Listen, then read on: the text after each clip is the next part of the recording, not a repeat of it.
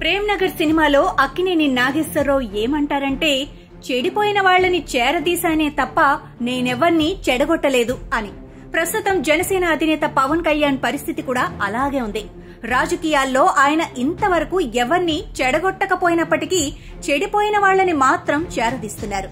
అలా చేరదీస్తూ తాను రాజకీయంగా వ్యూహాత్మకంగా అడుగులు వేస్తున్నానని అనుకుంటున్నారో ఏమో కానీ ఆయన తన పార్టీని మాత్రమే కాకుండా కూటమి ప్రభుత్వంలో ఉన్న ప్రశాంత వాతావరణాన్ని చేతులారా చెడగొట్టబోతున్నారన్న అభిప్రాయాలు రాజకీయ వర్గాల్లో వినిపిస్తున్నాయి.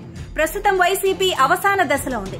ఆ పార్టీ అధికారంలో ఉన్నంతకాలం రాజభోగాలు అనుభవించిన వారు ఇప్పుడు ఎప్పుడెప్పుడు వైసీపీని వదిలేసి కూటమిలోని ఏదో ఒక పార్టీని ఆశ్రయించాలా అని ఎదురు చూస్తున్నారు. వైసీపీ నాయకులను చేర్చుకోవటానికి తెలుగుదేశం పార్టీ ఎంత మాత్రం ఆసక్తి చూపటం లేదు. బీజేపీలో చేరాలంటే ఎప్పుడైనా బీజేపీకి తనకు ఉపయోగపడే వాళ్లే కావాలి తప్ప తనను ఉపయోగించుకునే వాళ్లు అవసరం లేదు. అందువల్ల బీజేపీలో కూడా అవకాశాలు తక్కువే. ఇలాంటి పరిస్థితుల్లో రాజకీయ పునరావాసాన్ని కోరుకుంటున్న వాళ్లకి ఆశాజ్యోతిలాగా జనసేన పార్టీ కనిపిస్తోంది. ఆ పార్టీ అధినేత కూడా చేతిలో పంచపాత్ర ఉద్దరిని పట్టుకుని తన పార్టీ తలుపు తట్టిన వాళ్లకి తీర్థమిస్తున్నారు, వాళ్లని ఉద్దరిస్తున్నారు. ఆ ఉద్దరణ కార్యక్రమంలో భాగంగానే బాలినేని శ్రీనివాసరెడ్డిని పార్టీలో చేర్చుకుంటున్నారు. ఈ నెల 22న బాలినేని ఆయన అనుచర గణం మొత్తం జనసేనలో చేరబోతోంది. బాలినేని జగన్ బంధువు. ఇంతకాలం ప్రకాశం జిల్లాలో జరిగిన అన్యాయాలు అక్రమాలకు కేంద్ర బిందువు. ఈ 5 ఏళ్లలో కబ్జాలతో కాకలు తీరిపోయారాయన. మొన్న జరిగిన ఎన్నికలలో ఆయన పార్టీతో పాటు ఆయన కూడా ఓడిపోయారు. వైసీపీలోనే ఉంటే వచ్చే 5 ఏళ్ల వరకు ఆయనకు పని ఏమీ లేదు. పైగా ఆయన చేసిన అన్యాయాలు అక్రమాల తాలూకు రియాక్షన్లు కూడా ఎదుర్కోవాల్సి ఉంటుంది. ఈ 5 ఏళ్లు అధికార పార్టీలో ఉంటే కేసుల గొడవ ఉండదని అనుకున్నారు ఏమో కానీ అధికారంలో భాగం పంచుకుంటున్న జనసేనలో చేరుతున్నారు.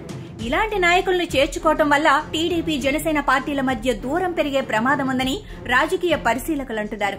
5 ఏళ్ల పాటు ఆయన చేసిన తప్పులకు తగిన చర్యలు తీసుకోవాల్సి వస్తే రేపటి రోజున జనసేన ఎలా స్పందిస్తుంది? ప్రస్తుతం తమ పార్టీలో ఉన్నారు కాబట్టి క్షమించేసేయాలని అంటుందా? అవన్నీ గతంలో చేసిన నేరాలు కాబట్టి చూసి చూడనట్టు ఊరుకుంటుందా? చట్టం ముందు దోషులుగా నిలబడే వాళ్లని పార్టీలో చేర్చుకోవటం ఎందుకు? వాళ్లు చేసిన నేరాల వల్ల ఇరుకున పడటం ఎందుకన్న అభిప్రాయాలు వినిపిస్తున్నాయి.